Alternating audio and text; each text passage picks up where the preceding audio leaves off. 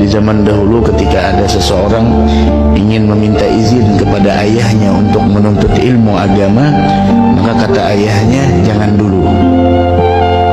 Sebelum engkau berangkat untuk menuntut ilmu agama, tolong engkau pergi ke pasar dan bawa ke sini orang yang menurutmu adalah orang tersebut adalah orang yang hina. Coba jalan ke pasar, keliling, bawa ke sini orang yang menurutmu adalah dia orang yang paling hina. Kalau engkau mampu menemukannya, silahkan berangkat untuk menuntut ilmu agama. Keluar sang anak dengan semangatnya mencari orang yang lebih hina. Dia cari, masuk ke pasar, ada lihat orang ini, seakan-akan orang ini orang yang pakaiannya compang-camping, asy'as aghbar, penuh dengan debu. Kemudian dia, kayaknya ini orang yang paling hina di pasar ini. Ketika dia ingin membawa, astagfirullahaladzim, kenapa saya ingin membawa orang yang semacam ini? Bukankah Allah mengatakan melalui lisan Nabi Muhammad SAW, Rasul bersabda, rubba asy'as aghbar. Berapa banyak orang yang penuh dengan debu, pakaiannya tidak teratur, compang-camping, lau aqsama 'ala Allah, yang tidak dipedulikan oleh orang lain. Seandainya jika dia meminta kepada Allah, permintaannya bakal dikabulkan. Saya tidak mungkin menyangka ini lebih hina. Saya tidak mungkin menilai kemuliaan dari sebuah pakaian.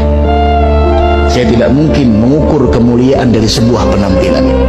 Barangkali dia punya waktu yang mesra antara dia dengan Allah. Saya tidak mungkin bisa menilai seseorang dari penampilan. Saya tidak mungkin menilai seseorang dari pakaian. Mungkin pada saat ini pakaiannya biasa, tapi tidak ada yang tahu. Barangkali di rumahnya ketika orang pada tidur, dia punya waktu komunikasi khusus antara dia dengan Allah. Tinggal lagi, ada lagi, ketemu orang gila, ketemu orang gila.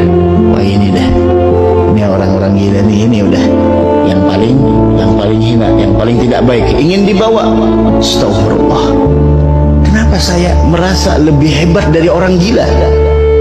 Orang gila dia tidak ditulis sedikit pun perbuatannya, perbuatan maksiatnya tidak ditulis, apapun tidak ada ditulis catatan amalnya, dia bebas. Terus bagaimana mungkin saya merasa lebih hebat darinya, sedangkan saya, segala dosa saya dicatat di dalam catatan amal saya? Tinggalkan lagi, putar di pasar sampai hampir seharian penuh tidak dapat. Ketika sepulangnya ketemu dengan anjing. Oh ini anjing, oh kayaknya ini nih makhluk yang terhina di permukaan bumi ini. Diikat tuh anjing. Ketika diikat, dia teringat, mana mungkin saya merasa lebih mulia daripada anjing. Kenapa? Teringat dengan cerita Sayyidina Uwais Al-Qarani yang mengatakan kepada anjing-anjing, jika saya mampu melintasi sirat yang di bawahnya ada jahanam, maka saya lebih baik daripada engkau. Tapi jika saya nantinya gagal melintasi sirat, maka engkau kedudukannya lebih mulia dari saya. Teringat akan hal itu, udah angkat tangan dia, datang kepada ayahnya, wahai abah, saya tidak menemukan makhluk ciptaan Allah yang paling hina. Saya lihat semuanya adalah orang-orang mulia. Apa kata ayahnya? Sekarang pergilah engkau menuntut ilmu. Sekarang pergilah engkau menuntut ilmu. Ketika engkau tidak merasa dirimu lebih hebat dari orang lain, ilmu bakal masuk ke dalam hatimu. Sehingga Sayyidi Syekh Abi Bakar bin Salim Fakhrul Wujud, beliau ketika disuruh memilih antara ilmu dengan kebersihan hati, beliau memilih kebersihan hati dan ilmu.